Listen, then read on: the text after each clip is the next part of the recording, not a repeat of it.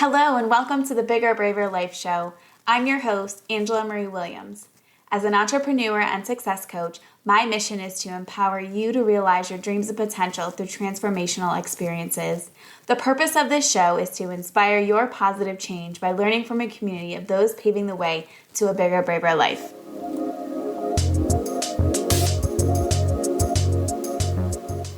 Welcome to the Bigger, Braver Life Show. My name's Angela Williams, and I'm so excited to have you all here. We have a very special guest tonight.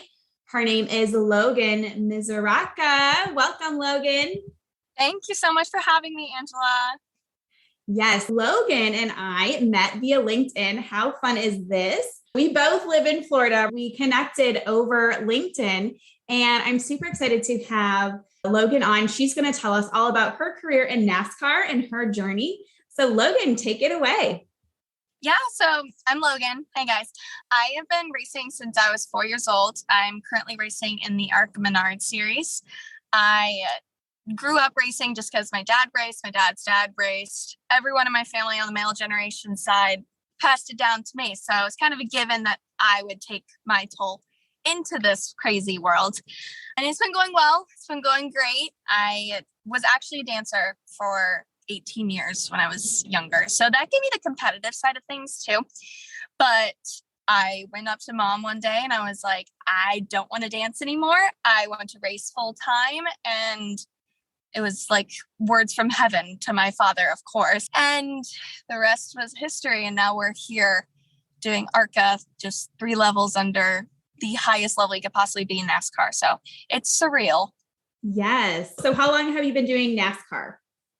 So this will be my first year in NASCAR Arca Menards Series.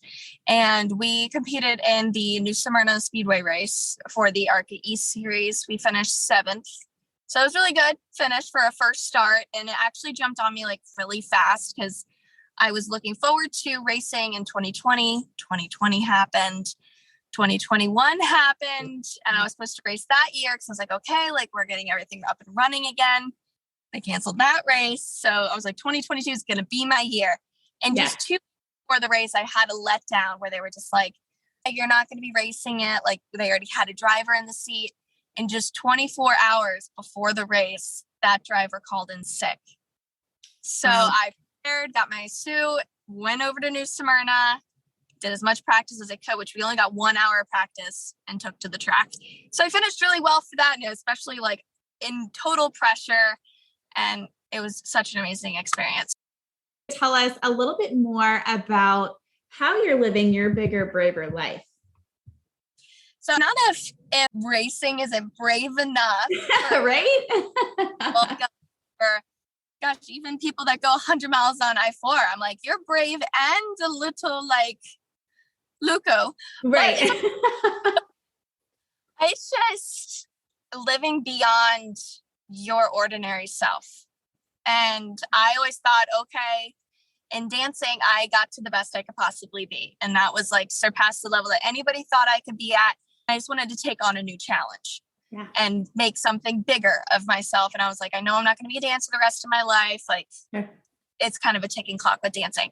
So I just went hardcore into racing and I just surpassed so many levels. I was just racing as like a local girl at a local track, running a little legend car with dad. And I never really like thought anything of it, of making like it some huge career. Like it was just a hobby at the time. And just things started getting into my head and prayers started to get answered and everything just started coming together. And I was like, this could be huge. And I just started dedicating more time into it and just going outside of my comfort zone day in, day out, and just dedicating my life to this. And it's just become this big, huge life that's just like anything but ordinary. So that's my bigger, braver story of just going above and beyond and just never settle for what you got because it can always be bigger. I love that. Yes. And for all of you listening, I want you to go and follow Logan. We're going to put her information in the show notes, but she is everywhere, like all the time. It's so cool. I'm constantly like, okay, where's she at? What's she doing today? So yeah, she's definitely all in. And it's so cool to see that. We talked a little bit before the show started about being a female in the motorsports industry. And what's your bigger vision for your career and what impact do you want to make here? Absolutely. So, especially being a female in NASCAR, like, of course, it has its ups and downs. We have our advantages, we have our disadvantages. But of course, I want to be the role model to younger generation, like females coming into the sport of like, hey, like, we can do this too, and like egg them on. But it's also our biggest struggle isn't our own motivation, because we are always motivated. Like, every female has that, but it's always the other party and the men on the track, because they're like, this is a male dominated sport. So I want to set the example that we can earn their respect to races one. And once we put a helmet on, we're the same gender. The track can't tell gender. Like, nothing else matters. Like, we are all drivers on the track. It strictly comes down to talent, skill, and dedication, and has nothing to do with outside that racetrack. So that's my biggest thing to push out and everything, because I've just struggled so bad in the past with like things that people would say, things that people would do just to like wreck me down to discontinue. But especially from my competitive background, it only makes me want to push harder, because I'm like, I'm going to prove you wrong, because I've proved everyone wrong in my life who thought that I couldn't make something of this, and I did. So that's like my biggest thing, of just gaining the respect of the boys to where they don't even have to look at us as like, oh, that's a girl. Or for even NASCAR fans or racing fans to look and be like, oh, she's a girl in racing. Like, that shouldn't even be a phrase anymore. You don't say like, oh, that's a guy in racing. You don't say that. Right. So it's like, right. It should all just be one. Like, it's all the same thing. Like, there's no difference. We get treated on and off the track the same. We get scored the same. It all comes down to who crosses that checkered line first. Right. So true. Thanks for sharing that. And I'd love for you, if you feel comfortable, to share what kind of process you go through to support yourself when you hear that shit, right? That people are saying that's like meant to tear you down or discourage you or whatever. What do you do to support yourself? Like, do you have support? How do you have these conversations? What do you do there? Oh yeah. My fans are my biggest support system. I love them beyond belief. They'll be the first person jump in the comment section towards someone something and be like on my back. It's sticking up for me. And I'm like, it's okay, guys. Like, it doesn't bother me. But like, sometimes it does get to me, especially when things do happen on the track and they physically render my success. Then I have an issue. Like, I've had boys like get their egos up of getting passed by a girl and just putting me into the wall and wrecking me. Wow. And that'll start get to my head to where I'm like, I don't even want to go out there and race next time, because I know they're going to do it again. And then I'm going to pay the money to fix it the next time. Right. So it definitely is discouraging. But like, my mother, love her. She's just my biggest cheerleader. She's always like, oh, it's okay. Like, don't worry about them. My sister-in-law, she's crazy. Like, she'll be the first to jump on anybody, and I just like lay back and let it happen. But just all the upbringing from my past that's like kept me motivated to keep going. Don't get me wrong, it has been so hard at times. I am so open and speak freely that I do see a therapist, and race does come up in a lot of it. Yeah. And I mean, that helps too, because I think everyone should see a therapist. It betters yourself. It has nothing to do with like your own image, nothing. It's always bettering yourself to see a therapist and just run something through someone that you don't want a biased opinion about. So I like 100% go to therapy. Anyway, so I guess it's just all the leading marks to make this happen. And I'm like, I've come so far already. Why would I let it discourage me? And like, it does get hard, I promise. But you have good and bad days. You got to pick through them and just let it happen and roll with it. Great life advice in general, right? Like, that's kind of where we're all at. So has there ever been a time when it got so challenging? Because I know even in the entrepreneur world, it's like sometimes, you know, we get to a point where it's like, do I just need to close up shop here? Because what is going on? So has it ever felt like I need to consider stopping or quitting, or has that never crossed your mind? So the last 2 years have been the hardest for sure. Ever since 2020 hit, it's just a lot of over-promising and under-delivering in this industry for me. And it just weighs on me so much, because I would go out of my way to work on things 24/7 and try my hardest. I'm like, okay, this year I'm gonna go 110. and it never worked in my favor. So I'm like, why am I even doing this anymore? And then there's some like people that will just cut me down. And I'm just like, some of the closest people to me at that time would. And I'm just like, why do I even do this when like no one's giving me the recognition now, and it'll just get like really tough. So yeah, that's been the past 2 years. That's why I'm seeing a therapist and just like strengthen through it. But I feel like everyone goes through that, where they, especially like back to young females in NASCAR, they always go through that stage of age 15 to 18 and they quit because they don't have the mental strength to just push through it, because I promise it gets better. And I know it's going to get better. I'm just like, to see the light at the end of the tunnel. I'm just trying to get there. Yeah. So everyone has their hardships, especially as an entrepreneur. Like building something on your own is risky, and it does have its risk and it does have its chances, but like it'll all be worth it in the end. As long as you dedicate it to yourself and you believe in it and you take the extra time to make that your priority of living, it will happen. Yeah, such great words of support for anyone listening. So thank you for sharing that. And obviously, I do think people should go see a therapist, get a coach, whatever that looks like for their journey at that time. So thanks for being open and honest, because I think, again, still we have a lot of work to do to get that recognition out there and that awareness, and that it's okay and that it's really healthy for you. So yeah, thanks for sharing all of that. So tell us how you define success. Success is finding your innermost happiness, 100%. Whatever makes you truly happy and bellowing in it and bathing in it and just prospering in it, that's success. So racing is my happiness. Yeah. So I consider myself successful since I am pursuing something that makes me beyond happy. Like the past 2 days, I've been sweating, like, excuse the way I look right now. I'm like still sweating from like track day. I got my helmet in my car, everything. But it doesn't even feel like work to me at this point. Now it's just, that is my life. That's what makes me happy. So I am successful. And I will never say I'm unsuccessful or I'm underdeveloped or I'm underestimating myself. Like that is my happiness. That is what I'm comfortable with. That's my era of success. Because some people will be like, oh, I'm going to be a doctor. And they're like, only doctors and lawyers and this and that and surgeons are successful. I'm like, look at the people who just open an Etsy store and live their best life. Right. Or go travel the world making minimum wage off of something that's getting them there. That's their happiness. That's their definition of successful. So that's how I look at it. Just be happy, and that's your success. I love that. And I think a lot of times we can put these goalposts of happiness will come when I, get to a certain point in my career, when I have a house. Cause and effect.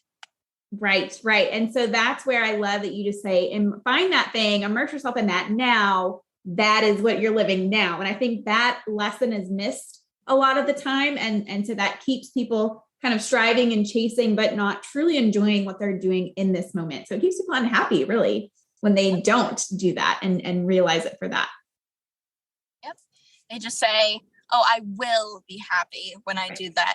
No, you are happy and you're going to do that. Like, it's not a 1 step 2, it's cause and effect. It's in the moment, what you are now. This is your life. This is what you're doing. Life is too short. Each minute at a time counts.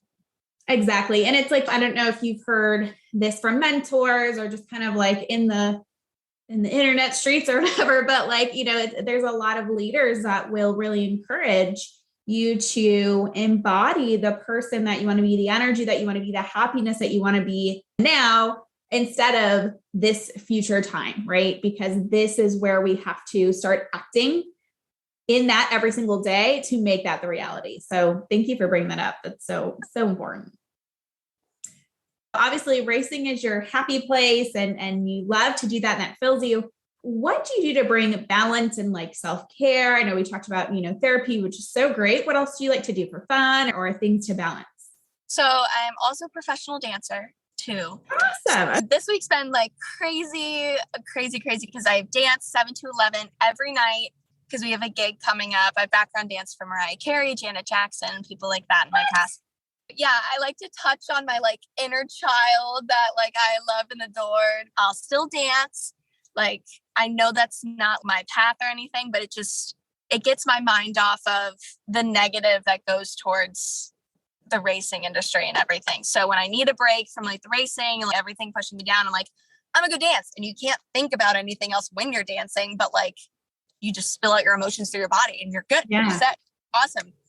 And I'm huge on self-care. I literally go home, spend 2 hours by myself, no phone, and just clean, cleanse, prosper in this face, clean, cleanse, prosper my hair, whatever I need to do, just so I feel like a more beautiful me, which I know you don't have to get all dolled up to feel beautiful, but whatever makes you feel beautiful makes you Right. like I was thinking about that the other day because someone asked me, why do you take so many Snapchat videos of you lip syncing in your car? I was like, that's when I feel most confident. And I was like, I'll literally be sitting in my car, like holding my phone. And I'm like, I look so pretty, even though I have no but I'm listening, and that just makes me feel pretty. So I'm like, I'm going to do it all the time. Don't tell me what to do. Right. And you're having fun, right? And that's what makes us enjoy our own presence and make us light up is when we're having fun. Never worry about what other people say. Right. Yes. If they say you're too much, they'll go find less. Yeah. Yes. Love that so much. A lot of times we're talking about getting a supportive group around you. So you mentioned, your mom and your sister-in-law. Do you feel like you have that supportive group in your workspace? What does that look like for you? Yeah. So honestly, everybody I work with is so supportive in the environment I'm in now. I can't say in past situations, but situations I'm in now, every single person around me supports me. Surround yourself by people that don't break you down. So that's what my focus this entire year is, just eliminating anybody that's bringing a negative effect on my life. Like my mother, she works behind the scenes to help me because I always need sponsors because I don't pay out of pocket for racing. It's way too expensive. We work together and finding sponsors. My dad's got the racing skills. My boyfriend owns a racing team. So he gives me the insights there. My boyfriend's amazing. He's supportive of everything I do in the racing world. And he's in the racing world. So it's kind of just like two peas in a pod. Even when I go to like Daytona to just have like fun work, like today and yesterday, every single person there just will do anything to lay down whatever they need to help me in anything I need. Like if I was at a race in California and I live in Florida and I was like, I need one of you here right now, they would jump on the next flight 100%. They're just amazing. Everyone in my life is amazing right now. I have nothing bad to say about any of them. So they're good. That's wonderful. And what I'm hearing from that is that you are intentional about who has access to you and who's on your team for the most part, sounds like. Oh yeah, definitely. I've made mistakes of letting the wrong people in, and it would just put me in really bad situations, really bad mental states. And I got to a breaking point where I was just one day ex-nayed everyone.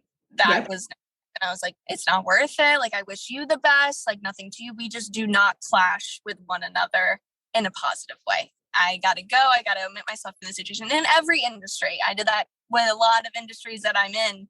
And I just had to like let them go. Like people that I work with, people I dance with, people I race with. I'm like, if you're not doing a positive benefit on my life, I can't keep you in it anymore. For my health, for your mental being, because I am a little crazy and I will yell at you. Like, I'm not scared to yell at somebody. Right. It's just best if we don't coordinate together. Like, that's it.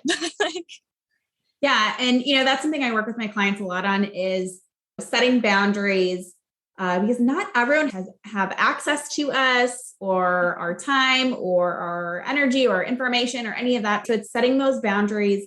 It's doing the friend audit, who is contributing in a positive way to my life, who is draining that energy. It is okay to let people go. And I think people have a really hard time with that sometimes because they don't want to offend or hurt or, there's some loyalty. We've been friends since we were in kindergarten, and that's fine, but that doesn't mean that they're a good friend to you now or that they're contributing in a positive way. So that's good that you have done that now and continue to do that. And now you feel supported and that shows with that intentional work. So that is not an accident. That is intentional work that we do to keep our energy and our circle in a good spot. Yeah, I always think one negative person equals 5 positive people. You have one negative person in your life, your 5 positive people's thoughts are not going to matter because this one's going to get to you. It outnumbers and it outweighs on you whether you want it to or not, whether how mentally strong you are, you don't want it to. It's going to get to you. You're just not going to show it, or you are going to show it. So I've just tried to draw a straight line. I'm like, this is how it is. Like, this is what I tolerate, what I don't tolerate. If you cross my boundary or even just get close to it, I'm going to say something to you. But if you cross it, it's just no. Yep. You're out. Yep. You're out. Okay. So what advice would you give others who are looking to live their version of a bigger, braver life that may be stuck or just need some encouragement? Never care what other people think. Ever. Be your 100% genuine, organic self and be whatever you want it to be times 1,000. If you're goofy, be 1,000 times goofy. Like me. I'm a little over the top and like crazy personality. If you can't tell, if you want to be sewing scarves, sew scarves amazingly. Do whatever you want. Don't care what other people think. Other people's opinions do not matter. And it's your life. You only get one. And it's 100% up to you. And always focus on the things that you can control. And never focus on the things that you can't control. Keep that equation out. It's an A plus B equals C. Success is C. Just keep away the people that you can't control. That's what it took me to be able to grow as like a human being and grow in the sport I'm in, with like just developing as an entrepreneur in my own business, especially with social media and everything. It's just, who cares what people think? You don't like what I post on Instagram? That's fine. Don't double tap it. I'm not doing it for your reassurance. I'm doing it because it's fun to me. I love it. I love the life I'm living. I'm just making the option to share it all with you. If you don't like it, don't like it. If you do like it, awesome. We like the same things. I'm glad that we have something in common, but it does not faze me one bit. So don't let people get to you. People are mean. And that's the thing. People bring their own stuff to the situation, right? Their own baggage, their own traumas, their own things. So we've got to know that if they've got that stuff going on and it's not working well with us, it is okay to take space and walk away from that. You're right. Life is simultaneously too long and too short to be unhappy and not do the things that light you up and make you excited and live your best life. It's not that those people are bad. It's just that they don't clash with you well. And you guys bring out wrong, raw sides of each other. It has nothing to do with that person being bad or mean. They may be the most loving person to another, but they just may not mend with you well. So something on them. But yeah, of course.